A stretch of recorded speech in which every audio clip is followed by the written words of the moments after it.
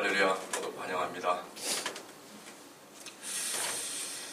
여러분 이 땅에 사시면서 주변에서 당신은 우리하고 좀 달라 이런 이야기를 들어보신 적이 있습니까? 여러분의 친구들이나 이웃들이나 어떤 동료들, 당신은 좀 다른 것 같아 이런 이야기를 들어보셨습니까? 이렇게 제가 물었습니다. 이런 이야기를 한 번도 안 들었다면 그들과 비슷하거나 똑같다는 이야기인데 어떤 모습으로 똑같았을까? 그 사람들에게 영향을 미쳐서 그 사람들이 나와 같은 모습으로 사는 방법이 하나가 있고, 아니면 내가 그 사람들을 쫓아가서 그 사람들과 다르지 않는 똑같은 삶을 사는 방법이 있습니다. 아니면 그들과 전혀 상관없이 그 사람들은 여전히 나를 좀 다른 사람으로 취급하며 다른 사람으로 보고 있습니까? 여러분들은 어떤 부류에 속합니까? 자기 자신을 한번 생각해 보십시오. 사람들이 나를 좀 다르다고 생각하고 또 그렇게 말을 하던데, 아니면은 전혀 똑같아, 다른 바가 없어. 여러분 어떤 부류에 속하십니까? 여러분이 세상에 변화를 시켜서 세상을 나와 같이 살게 한다면 여러분은 승리하는 삶일 것이고, 여러분이 세상과 동일한 삶을 산다면 여러분은 크리스찬이라고 무늬만 크리스찬이지 내면 속에서는 변화가 없다는 것입니다. 왜 우리는 변화가 없을까?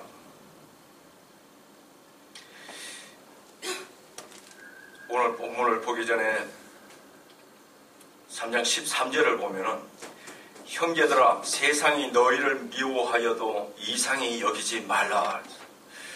세상이 너희를 미워하여도 하는 것은 세상 사람과 다른 가치관으로 사는 것입니다.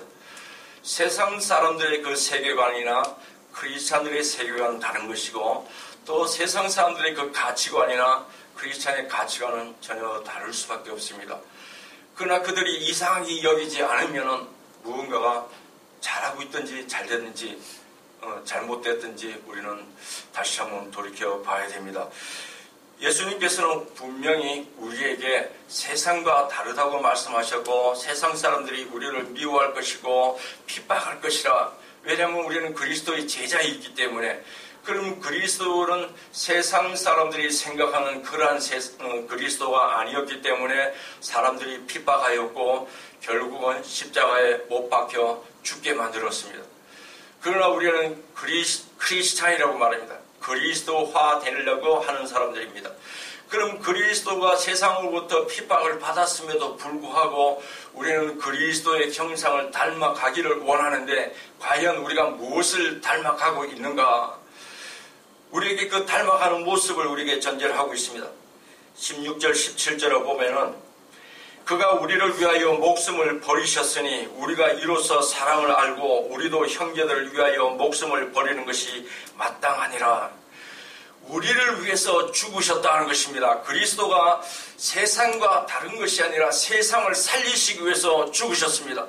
그러면 우리가 올바른 가치관을 갖고 세계관을 가졌다면 그리스도가 왜 이 땅에 오셔서 이 세상에서 많은 사람들로부터 존경을 받을 수 있는 그 놀라운 하나님의 나라와 하나님의 그 권세를 가지고 죽은 사람도 살리고 병든 자를 고치고 안전병을 일으키는 그러한 권세로 영화와 부귀를 노릴 수도 있고 모든 사람들이 부러워할 수 있는 그러한 위치에 있을 수도 있지만은, 예수 그리스도의 그 가치관은 그것이 중요한 것이 아니라 우리에게 일시적으로 있는 것이 아니라 영원한 세계에 있는 것을 우리에게 알려주셨으므로 우리에게 그 가치관을 달리한 것입니다. 그러므로 우리에게 다시 말씀하시기를, 오늘 요한은 17절을 보면, 누가 이 세상의 재물을 가지고 형제의 궁핍을 보고도 도와줄 마음을 닫으면 하나님의 사랑이 어찌 그 속에 거하겠느냐. 이 세상의 재물이라고 말하는데 우리는 이것을 아주 좁게 생각한다면 물질적인 것을 표현합니다. 그러나 이 비오스라고 말하는 것은 일단 생활의 수단을 말합니다.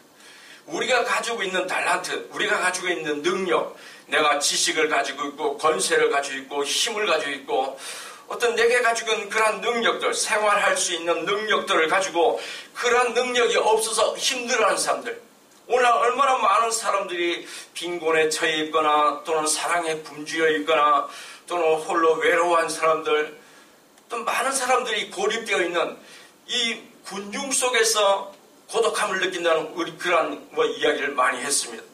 세상은 분주하지만 그 분주함 속에서도 늘 고립된 사람들이 있는 그러한 차단된 문화 속에 사는 사람들이 있습니다.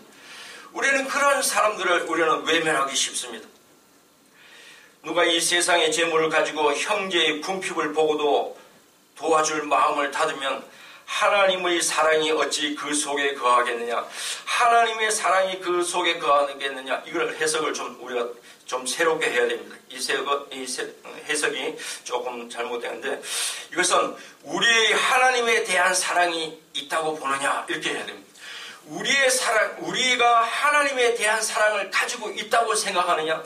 우리가 하나님을 사랑한다고 생각한다면 우리는 그럴 수 없다는 것입니다. 하나님께서는 우리가 죄 가운데 있을 때에 우리를 구하시기 위해서 예수 그리스도를 이 땅에 보내셔서 십자가 희생 제물로 주셨습니다. 로마서 5장 8절을 보면 우리가 아직 죄인 되었을 때에 그리스도께서 우리를 위하여 죽으심으로 하나님께서 우리에 대한 자기의 사랑을 확증하셨느니라. 하나님께서는 우리를 사랑하심으로 우리에게 그리스도의 희생 제물을 주셨습니다. 우리는 그러한 사랑을 받았음으로 인해서 죄로부터 우리는 용서를 받은 것입니다. 죄의 용서를 받았다는 것은 사망의 권세를 벗어났다는 것이고 우리는 이제는 영원한 생명으로 자유함을 획득한 것입니다. 그러므로 이 사랑이 얼마나 큰가. 우리는 그러한 사랑을 받았음에도 불구하고 우리는 세상에 나가서 그러한 사랑을 나누지 못하는, 때로는 세상을 향해서 쫓아가기도 하고 세상에서 숨기도 하고 등을 돌리기도 하고 스스로를 감추고 숨기는 그러한 삶을 살면서 전혀 크리스찬의 냄새가 나지 않는 그러한 삶으로 살아가기도 하는 것입니다. 그래서 오늘 본문을 보면은 자녀들아 우리가 말과 혀로만 사랑하지 말고 행함과 진실함으로 하자. 이로써 우리가 진리에 속한 줄을 알고 또 우리 마음을 주 앞에서 굳세게 하리니. 이제는 그러한 사랑을 받았으면 우리는 말로만 하지 말라는 것입니다. 형식적으로만 하지 말고 어떤 빈말로만 하지 말라는 것입니다. 우리는 어떤 것을 어느 정도 모아지고 그것이 형체로 드러나서 사람들 앞에 보여질 때에 그것을 자랑하기를 원합니다. 하나님께서는 그런 것을 원하지 않습니다. 하나님께서는 예수님 말씀을 통해서 어떤 사람은 1달란트, 어떤 사람은 2달란트, 어떤 사람은 5달란트를 주셨습니다. 하나님께서 원하시는 모든 것이 다 동일하다면 예수님께서 그런 비유를 들지 않으셨을 것입니다. 모두에게 1달란트를 주었든지 모두에게 5달란트를 주어서 어떻게 하는지 하나님께서 보셨을 것입니다. 그러나 우리는 모두가 다 사람마다 다르게 1달란트도 있고 2달란트도 있고 5달란트도 있습니다. 그것은 자랑거리가 아니라 그 1달란트에도 충성을 다하고 최선을 다하는 것이 중요한 것입니다. 5달란트가 중요한 것이 아닙니다. 우리가 하나를 받았으면 하나를 땅에 파묻는 것이 아니라 그 하나를 통해서 그대로 우리는 다시 그것을 증거하는 것입니다. 그것을 전해서 그것을 받는 사람으로 해서 또 다시 달란트가 새롭게 재생산되는 것입니다. 우리가 하나님에게 사랑을 받았으면, 하나라는 사랑을 받았으면, 우리가 다른 하나라는 사랑을 나누어 줬으면 거기서 또 다른 하나의 사랑이 드러나게 되는 것입니다. 우리는 하나를 받았으면 그것으로 내 안에서 섞여지는 것이 아니라 그것을 재생산해낼 수가 있는 것입니다. 파묻는 것이 아니라 계속해서 재생산해 나갈 수가 있어야 되는 것입니다. 우리가 말과 혀로만 한다면 결국 하나님을 사랑한다고 말하면서도 하나님께서 원하시는 사랑은 전혀 하지 않습니다. 우리 모두가 현대는 너무나 분주한 삶입니다. 문명이나 과학이나 문화나 모든 것이 너무나 급속도로 발달하기 때문에 우리가 정말 그것을 쫓아가기가 급급하고요. 얼마나 분주한지 모릅니다. 스마트폰이 하나 새로 나올 때마다 그 기종의 그 기능을 모든 것을 다 습득하기 위해서 뭔가를 익힐만 하면 또 6개월 되면 또 다시 새로운 기능이 나오고 이러한 매체들이 계속해서 변화됨으로 인해서 우리 주변을 돌아볼 그러한 여유가 없이 세상 문화에 쫓아가기에 급급한 우리의 인생으로 변화되어서 내 이웃이 어떤 모습으로 살고 있는지 알지 못합니다. 누가 어떻게 아프고 있으면 누가 어떤 마음을 상했고 내가 말할 때 그 사람은 어떻게 받아들였으며 내가 또 어떤 영향을 받았으면 어떻게 반응하고 있는지 자기 자신도 모르는 세상을 지금 우리는 살고 있습니다.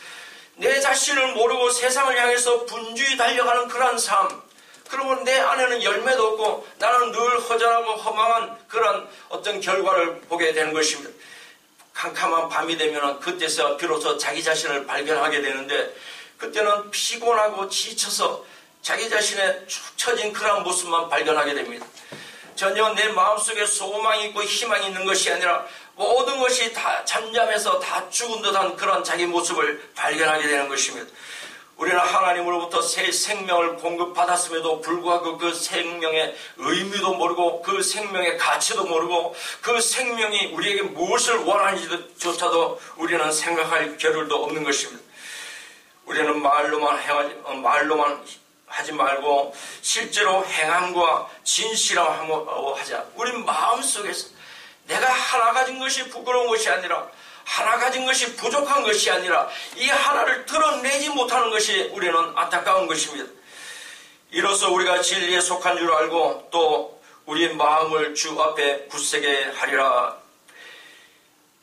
우리가 조그마한 것이라도 조그만 내가 할 수 있는 능력으로 우리 주변을 향해서 또 내가 행위로 그것을 내가 반응한다면, 내가 사랑을 받았으면 그 사랑을 조금이라도 우리가 반응을 한다면 조금의 반응이라도 그것을 기뻐하시는 것입니다. 이렇게 할 때에 우리가 진리에 속한 줄을 안다는 것입니다. 진리의 말씀, 예수 그리스도께서 그 희생하시며 하나님의 나라를 증거하시고 하나님의 약속을 우리에게 주셨는데, 그 약속이라는 것은 전혀 변함이 없는 것인데 우리는 그곳에 다가가기가 너무나 힘든 것입니다. 많은 것을 가지고 모든 사람들이 부러워하는 것으로 내가 무슨 행위를 보여주었을 때 우리는 그 말씀에 어떤 근접하는 것이 아니라, 이 행위 자체가 크고 작고를 떠나서 조그마한 것이라도 그 말씀에 순종해서 내가 행위로 옮겨진다면 그 진리를 내가 인정하는 것입니다. 인정하는 것이고 그 진리를 내가 받아들이는 것입니다. 그러므로 우리는 진리에 속할 수가 있는 것입니다. 하나님의 약속, 하나님께서 예수 그리스도를 통해서 우리에게 말씀하신 것입니다. 서로 사랑하고 서로 나를 사랑하듯이, 나를 사랑하는데 어떻게 사랑하십니까? 그리스도가 나를 위해서 죽으신 것처럼 나를 사랑하고 이웃을 사랑하는 것입니다. 우리가 이런 조그마한 것을 할 줄 안다면 또 우리 마음을 주 앞에서 굳세게 하리니, 조그마한 것을 내가 너무나 형편없는 것을 행위로 보여주었다고 해서 그것이 대단한 것인가? 성경에서는 대단하다고 말합니다. 우리의 마음을 주 앞에서 굳세게 하리니, 이 굳세게 하다는 것은 평안하다, 평안케 하다는 것입니다. 하나님이 우리에게 말씀해 주신 말씀에 우리가 순종함으로 인해서 하나님께서 우리에게 베풀어 주신 그 은혜 안으로 들어가므로 우리는 평안을 누릴 수가 있는 것입니다. 크고 보기에 보암직스럽고 먹음직스럽고 이런 것을 따지는 것이 아니라, 아주 보잘것없고 형편없는 것이라도 내가 최선을 다할 때, 내가 가지고 있는 최선을 다할 때에 우리는 진리 안에 들어가는 것이고, 하나님의 그 약속의 말씀 안으로 들어가는 것입니다. 그 약속의 말씀이라는 것은 순종하면 축복이고 불순종하면 저주라는 것입니다. 우리는 그 말씀 안으로 들어갈 수 있는 것입니다. 조그마한 것이라도 그것은 우리가 굳세게 하리니, 우리 마음을 하나님의 진리 안으로 들어가므로 우리는 평안하게 되는 것이고 우리 마음속에 확신이 새롭게 우리 마음속에 새겨지는 것입니다. 20절을 같이 한번 읽어보십시다. 이는 우리 마음이 혹 우리를 책망할 일이 있어도 하나님은 우리 마음보다 크시고 모든 것을 아시기 때문이라. 우리 마음에, 우리 양심에 찔림이 있어서, 내가 정말 너무나 작고 보잘것없는 이러한 행위를 통해서 어떻게 하나님 앞에 그 받은 모든 그 큰 사랑을 내가 다 보답할 수 있을까? 우리는 그렇게 자책하지 말라는 것입니다. 혹 우리 마음이 혹 우리를 책망할 일이 있어도 하나님은 우리 마음보다 크시고 모든 것을 아시기 때문이라. 우리가 능치 못함이 없는 하나님과 비교할 수가 없습니다. 다만 하나님께서 우리에게 원하시는 것은 최선입니다.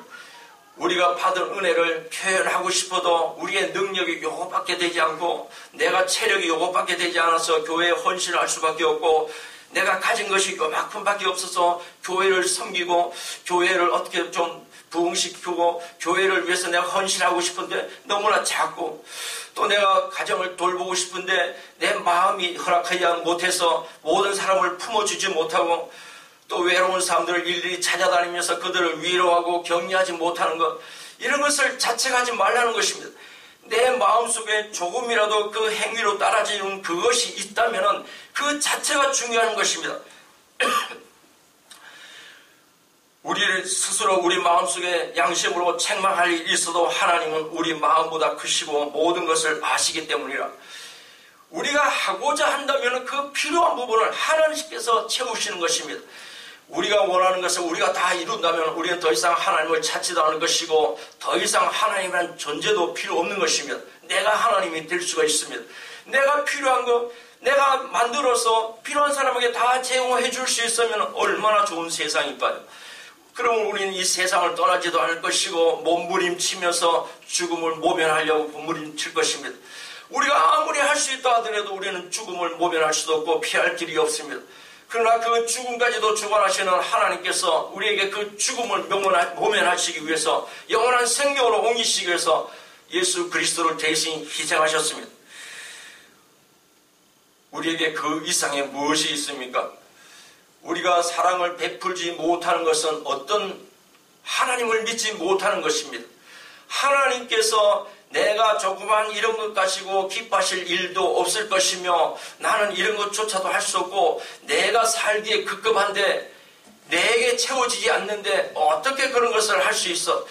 우리는 하나님이 어떤 분인지 우리가 잘 알지를 못하기 때문에 행위로 옮겨질 수도 없는 것이고, 또 그 하나님이 우리에게 베풀어진 그 사랑을 우리가 또 깨닫지도 못하고 그 사랑을 전할 수도 없고 나눌 수도 없는 그러한 상황에 처해 버리는 것입니다.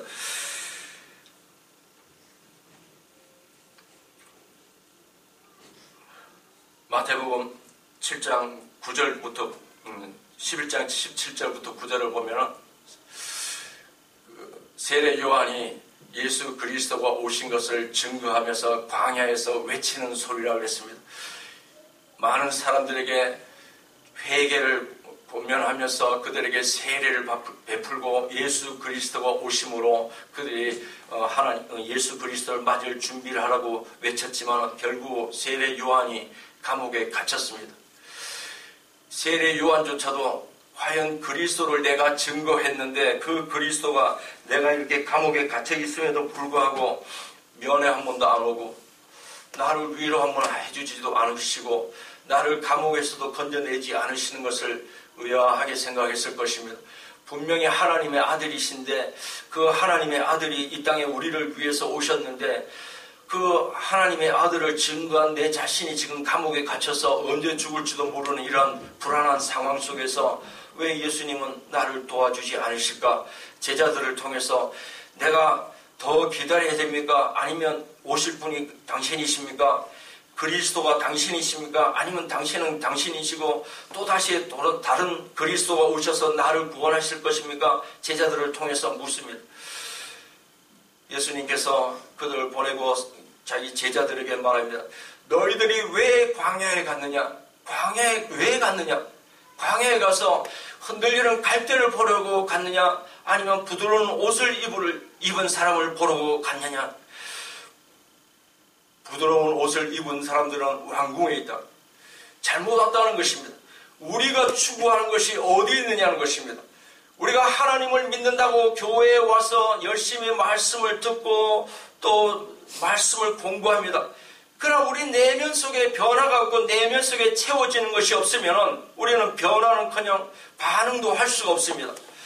교회에 와서 하나님의 말씀을 듣고 그 말씀이 그러한가 우리가 연구하고 진지하게 생각을 해서 과연 그리스도가 나를 위해서 죽으셨구나. 그러면 우리 마음속에 변화가 있어야 되고 그 그리스도가 왜 나를 위해서 죽으셨을까? 우리 좀 더 진지하게 생각을 하고 그리스도가 나를 위해서 죽으심으로 인해서 내가 하나님과 관계가 회복되고 그러면서 내가 하나님 앞에 기도할 때 하나님은 내 기도를 들으시고 내 모든 필요를 채우시는 하나님이라면 우리는 분명히 변화될 수가 있습니다. 우리가 그런 확신이 없기 때문에 사랑을 나누지 못합니다. 나를 지켜야 되기 때문에 내 힘으로 나를 지키고 나를 보호하고 내가 정말 어떤 보관하기 힘들 정도가 되었을 때 어떻게 차고 넘쳐서 옆으로 넘쳐서 남에게 어떤 혜택을 주었을지는 모르지만은 우리는 최대한의 창고로 확장시켜서 모든 것을 거기에 가두어두고 내가 조금씩 나를 유지하기 위해서 사용하려고 할 것입니다. 모든 지혜를 동원해서 사람들 앞에 과시하는 것은 그 사람들에게 지혜를 주려고 하지만은 또 많은 사람들은 자기를 과시하는 것입니다. 나를 자랑하는 것입니다. 내가 사랑을 합니다. 당신 내가 사랑합니다. 그러면 그 사람에게 어떤 사랑한다는 반응이 오기를 원하는 것이 우리의 속성입니다. 내가 사랑을 일방적으로 당신을 사랑함으로 당신이 나를 뺨을 때린다 할지라도 나는 당신을 꼭 구해야 되겠어. 그런 마음을 가진 사람이 과연 얼마나 있느냐 하는 것입니다. 우리 마음속에 이런 확신이 없기 때문에 교회에 나와서 하나님의 말씀을 듣는다 할지라도 우리는 그것을 행위로 옮길 수가 없습니다. 그래서 요한복음 14장 7절을 보면은 너희가 나를 알았더라면 내 아버지도 알았으리로다. 이제부터는 너희가 그를 알고 또 보았느니라. 그리스도께서 이 땅에 오셔서 내가 하나님의 아들이라고 말했고 내가 너희를 위하여 죽을 것이라고 말했지만은 사람들은 믿지 않았습니다. 그리스도를 통해서 지금 현실을 모면하기를 원했던 것입니다. 우리는 눈앞에 보여지는 그 현실을 모면하고 내가 꿈꾸는 그 다음에 내 꿈을 내가 이루리라. 이 지금 현실을 모면하고 나면 그 다음은 내가 하리라고 생각합니다. 그러나 우리가 그리스도를 알았더라면 그리스도께서 나를 위해서 죽으신 것을 알았더라면 우리는 변화될 수밖에 없는 것입니다. 우리의 연약함이 어디서 나옵니까? 오늘도 우리는 마음을 결단하고 내가 할 수 있는 한계가 여기까지야 할지라도 정말 스스로 양심의 가책을 받으면서 책망을 받을지라도 우리가 손을 벌려서 이웃을 향해서 사랑을 나눌 수가 있고 마음을 열고 마음을 나누고 그 아픔을 함께 나누고 또 우리가 품어줄 수가 있다면 이것은 내 한계입니다 할지라도 하나님께서는 그것을 책망하지 않으시고 그것을 기뻐하시고 우리의 마음을 아심으로 우리의 마음을 더 크게 확장시켜 주시고 우리의 여유를 더 크게 하여 주셔서 하나님의 은혜가 드러나게 하시는 것입니다. 21절 22절을 한번 읽어보십시다. 사랑하는 자들아 만일 우리 마음이 우리를 책망할 것이 없으면 하나님 앞에서 담대함을 얻고 무엇이든지 구하는 바를 그에게서 받나니 이는 우리가 그의 계명을 지키고 그 앞에서 기뻐하시는 것을 행함이라.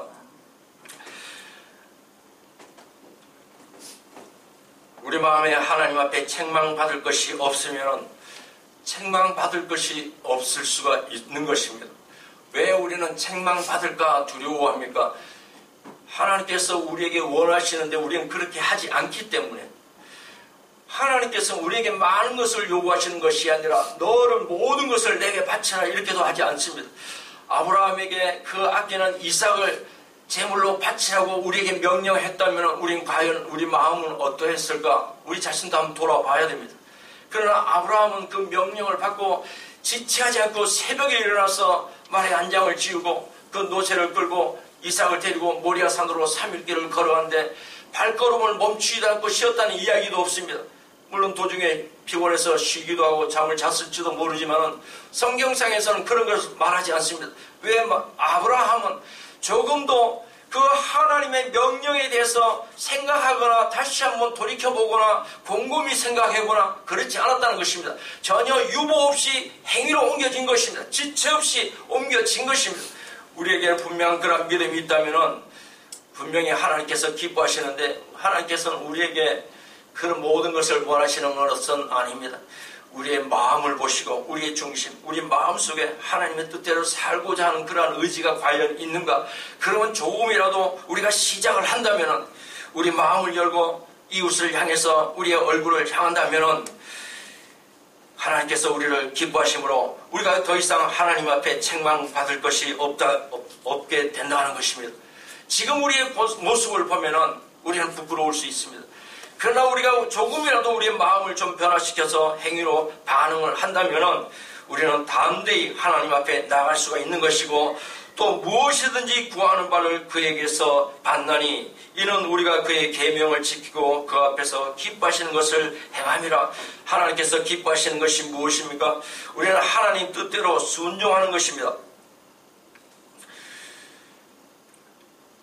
하나님께서 우리가 하나님 앞에 정말 담대히 나아간다는 것은 부끄러움이 없다는 것이고, 또 무엇이든지 구하는 바를 그에게서 받는다는 것은 구할 수가 있는 것이고 받는다는 것인데, 구한다는 것은 어떤 선이 없는 것입니다. 내가 하나님 앞에 양심을 가책을 느껴서 차마 이것을 못 구하겠네, 내가 죄를 지었으므로, 이런 마음이 있으면 우리는 우리가 육신의 그 부모와 자식 간에도 내가 좀 잘못된 것이 있고 내 마음에 캥기는 것이 있고 좀 숨기고 싶은 것이 있으면 그것으로 인해서 어떤 몫은 다 숨겨놓을 수밖에 없고, 그 선에서 내 마음속에서 적당히 합의를 봐서 조금만 구할 수밖에 없는 것입니다. 내가 원하는 모든 것을 다 구할 수가 없습니다. 그러나 하나님 앞에 내가 부끄러움이 없으면 난 모든 것을 다 구할 수가 있는 것입니다. 하나님 앞에 내가 담대하게 모든 것을 다 구할 수 있는 것은 하나님 앞에 내가 부끄럽지 않기 때문입니다. 그래서 요한복음 14장 13절을 보면 너희가 내 이름으로 무엇을 구하든지 내가 행하리니 이는 아버지로 하여금 아들로 말미암아 영광을 받으시게 하려 함이라. 하나님께서 예수 그리스도를 이 땅에 내려보내시고 그리스도에게 말씀하셨습니다. 너로 인하여 이 모든 내가 만든 이 모든 사람들의 죄를 용서받게 해 줄 터이니 이제는 네가 대신해서 죽고 나면 그 죄가 용서받고 그 대신 너를 살려서 영원한 생명으로 본을 보일 것이고 또 이 모든 사람들이 너의 고난 안에 있을 것이야, 이렇게 말씀하셨을 것입니다. 그러므로 모든 사람들의 생명은 그리스도로 인해서 우리는 영원한 생명도 얻었지만 하나님의 축복도 그리스도로 인해서 우리는 그 축복을 바라볼 수가 있는 것입니다. 그래서 예수님께서 요한복음 14장 13절에서 내 이름으로 구하면, 너희가 내 이름으로 구하면 무엇을 구하든지 내가 행하리니 이는 아버지로 하여금 아들로 말미암아 영광을 받게 하려 하심이라. 하나님께서 우리에게 이 모든 것을 허락하신데 그리스도 안에 들어가서 그리스도가 우리에게 요구하시는 그러한 계명을 우리가 지킨다면 그 모든 것을 우리에게 허락하신다는 것입니다. 고린도후서 9장 8절에 하나님이 능히 모든 은혜를 너희에게 넘치게 하시나니 이는 너희로 모든 일에 항상 모든 것이 넉넉하여 모든 착한 일을 넘치게 하려 하심이라. 하나님의 영광을 드러내시기 위한데 하나님께서 가난하고 하나님께서 부족하신다면 우리는 더 부끄러운 존재가 될 것입니다. 우리의 생명을 주관하시는 분이 어떤 한계에 부딪혀서 내가 그것까지는 도와줄 수 없어, 이렇게 된다면 우리는 더 이상 하나님에 대해서 신뢰성이 없을 것입니다.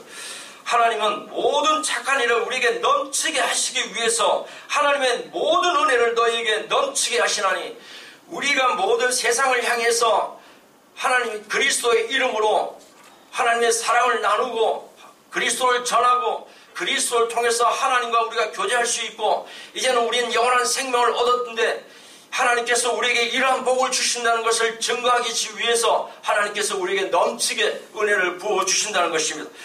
하나님은 전혀 근거 없이 우리에게 요구하시는 것도 아니고 그리스도를 통해서 우리에게 생명을 주시고 그것을 전제로 해서 이제 그리스도 안에 들어와서 그리스도가 나를 통해서 내가 말한 것을 너희들이 그리스도를 통해서 듣고 그대로 행하면 모든 것을 넘치도록 베풀어 주신다는 것이 하나님의 원칙인 것입니다. 23절과 24절을 읽어보십시다. 그의 계명은 이것이니 곧 그 아들 예수 그리스도의 이름을 믿고 그가 우리에게 주신 계명대로 서로 사랑할 것이니라. 그의 계명을 지키는 자는 주 안에 거하고 주는 그의 안에 거하시나니 우리에게 주신 성령으로 말미암아 그가 우리 안에 거하시는 줄을 우리가 아느니라. 요한복음 13장 34절에서 예수님께서 새 계명을 너희에게 주노니 서로 사랑하라. 내가 너희를 사랑한 것 같이 너희도 서로 사랑하라. 예수님이 우리를 어떻게 사랑하셨습니까? 죽기까지 우리를 사랑하셨습니다. 우리가 이웃을 사랑할 때 어느 정도까지 할 수가 있습니까? 죽기까지 하라는 말을 할 수가 없겠지만은 하는 신용이라도 할 수가 있으면은 하나님께서는 그 마음을 보실 것입니다. 그러나 우리는 이것을 다시 한번 생각해 봐야 됩니다. 할 수 있는데 그것을 감추어두고 조금만 그냥 냄새만 나게 한다는 것은 얼마나 가증한 것입니까? 우리 사도행전에 보면은 아나니아와 삽비라가 있습니다. 초대교회 때 그 공동체에서 모든 재산을 팔아와서 사도들에게 다 바치고 그것으로 초대 기독교와 다 공동체 생활을 합니다. 그 공동체 생활에 들어온 사람들은 이유가 무엇입니까? 그리스도의 은혜로 충만하게 넘쳐서 그 은혜와 그 사랑으로 기쁨이 넘치고 충만함에도 불구하고 그래서 모든 것을 서로 바쳐서 서로 나누어 쓰는데 한쪽 마음에 여전히 세상을 향한 자기 욕심이 살아있고 또 만약의 경우 내가 살아가야지 내 스스로 살 수 있는 길을 마련해 놓아야지 이런 생각으로 아나니아와 삽비라는 자기 재산을 팔아서 일부는 감춰두고 나 가지고 와서 베드로 앞에 다 바칠 때에 그들은 그 자리에서 즉시 죽어버립니다. 그것은 죽은 생명인 것입니다. 믿음이 있다 할지라도 행위가 따르지 않는 믿음은 죽은 것이기 때문에 생명이 죽은 것입니다. 행위가 따르지 않는 그 믿음은 믿음 자체가 죽은 것이고 믿음이 없는 자들은 생명이 없는 것입니다. 그리스도로 인해서 우리에게 새 생명이 주어지는데 그리스도를 믿지 못하는 믿음은 죽은 자이기 때문에 우리가 만약에 그리스도를 믿는다면 그 계명을 순종할 수밖에 없는 것이고 그 계명에 따라서 우리는 행위로 반응할 수밖에 없는 것입니다. 그의 계명을 지키는 자는 주 안에 거하고 주는 그의 안에 거하나니 우리에게 주신 성령으로 말미암아 그가 우리 안에 거하시는 줄을 우리가 아느니라. 우리가 어떻게 알 수가 있을까요? 우리 스스로가 마음속에 기쁨과 평안이 있다는 것을 알게 됩니다. 그러나 우리 행위 속에서 이 행위 자체가 우리 스스로 한다는 것 자체가 불가능합니다. 다만 우리가 하고 싶어하는 마음이 있어야 되는데 그 마음의 동기부여는 하나님께서 주시는데 우리가 그것을 거부하느냐 순종하는가 하는 것입니다. 빌립보서 2장 13절에 보면 우리가 모든 것을 원하는데 하나님께서 기뻐하시는 뜻을 우리 마음속에 심어주셔서 그것이 우리의 소원이냐 기도하게 한다는 것입니다. 하나님께서 먼저 선한 길을 우리에게 허락하여 주셔서 우리가 그것을 알고 있게 하시는 것입니다. 우리에게 양심이 있다는 것은 우리가 하나님처럼 선한 것을 알고 거룩한 것을 구별할 줄 아는 그러한 것이 아니라 하나님께서 이 모든 것을 분별할 수가 있고 악하고 선한 것을 분별하고 우리는 선한 길이 무엇인지를 알아서 선한 길을 쫓아갈 수 있는 그 모든 지혜를 하나님께서 성령을 통해서 우리에게 알게 해주셨습니다. 그러나 우리에게 자유의지를 함께 주셔서 우리는 그것을 거부할 수도 있고 순종할 수도 있습니다. 하나님을 아는 지혜가 없어서 하나님을 믿지 않는 것이 아니라 하나님을 믿으려니 인간적인 그런 속성을 버릴 수밖에 없기 때문에 하나님을 거부하는 것입니다. 하나님 앞에 들어오면 육신의 생각이 다 죽어야 되는 것이고 육신의 그 쾌락이나 육신의 그 만족을 포기해야 된다고 생각하기 때문입니다. 우리는 땅에 속한 것을 포기하지 못하고 더 큰 세상을 바라보는 그런 지혜가 없기 때문에 우리는 조그마한 것에 만족하고 조그마한 것을 위해서 더 큰 것을 우리는 포기하고 마는 그런 연약한 존재들인 것입니다. 과연 하나님은 어떠한 분인가? 누가복음 6장 38절을 보면은 우리에게 말씀하십니다. 예수님께서 주라 그리하면 너희에게 줄 것이니 곧 후히 되어 누르고 흔들어 넘치도록 하여 너희에게 안겨주리라. 너희가 헤아리는 그 헤아림으로 너희도 헤아림을 도로 받을 것이니라. 우리가 세상 사람들을 판단하는 대로 나도 판단을 받을 것이지만은 우리가 아낌없이 하나님이 내게 주시는 그 능력을 주신다면 그 능력을 통해서 세상을 향해서 세상을 품고 세상을 향해서 나눈다면 너희에게 줄 것이니 곧 후히 되어 후하게 넘치도록 누르고 흔들어서 넘치도록 너희에게 안겨주리라. 흔들어서 넘치도록 우리에게 후히 주신다는 것입니다. 그러나 우리는 우리가 가진 그것을 놓치지 않으려고 발버둥 치면서 이 세상을 분주하게 힘들어 살고 있습니다. 그러나 늘 이것을 지키기 위해서 우리는 얼마나 수고로운 삶을 살고 있습니까? 그럼 많은 것을 가졌다고 우리가 기뻐하고 즐거워할 수 있습니까? 또 내일을 염려하면 이것이 언제 사라질지도 모르고 이것이 언제 빼앗길지도 모르고 어떻게 소멸될지도 모르는 이러한 세상에 살면서 우리는 늘 불안한 삶을 삽니다. 그러나 이 모든 주인이 하나님 것입니다. 한 부자가 수확을 많이 해서 내가 이제는 몇 년 동안 먹고 살 것이 충분히 되어 있으니 이제는 편안히 먹고 누워 쉬자. 그 밤에 하나님께서 그 생명을 거두어가셨습니다. 그럼 그것이 누구의 것이 되겠느냐고 예수님께서 말씀하십니다. 소유권이 누구에게 있습니까? 우리의 생명이 누구의 것이고 우리의 소유가 누구의 것이고 우리가 이 땅에 사는 것이 누구의 주권입니까? 우리는 이러한 가치관을 변화시켜야 됩니다. 내 것이 되고 내 위주로 산다면 우리는 이 세상에서 하나님의 뜻대로 살 수가 없습니다. 왜 세상과 세상 사람과 우리가 구별될 수밖에 없는가 우리는 생각해 봐야 됩니다. 세상 사람들이 이제는 다시 또 세상에 나아가서 사람들이 나를 바라볼 때 당신은 뭔가 좀 달라, 우리하고 좀 달라. 뭐가 다를까요? 어떻게 다를까요? 자기 유익을 쫓아가는 사람과 자기 희생을 감수하는 사람은 분명히 차이 날 것입니다.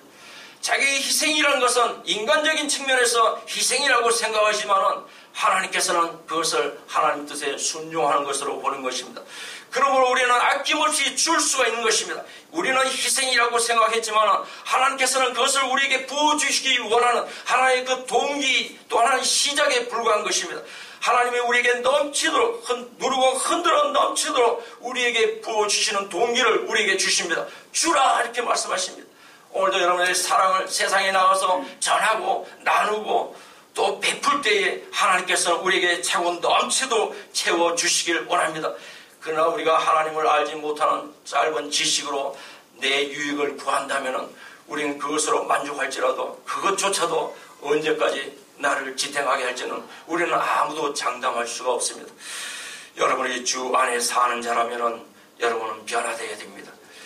늘 자기 희생을 감수하고 그리스도께서 나를 위해서 죽으신 것을 기억하면서 우리도 늘 주님께서 원하시는 뜻대로 나를 내어놓을 수 있는 그런 존재가 될 때 하나님께서는 차고 넘치도록 여러분을 사랑하시며 축복하실 것입니다. 기도하겠습니다.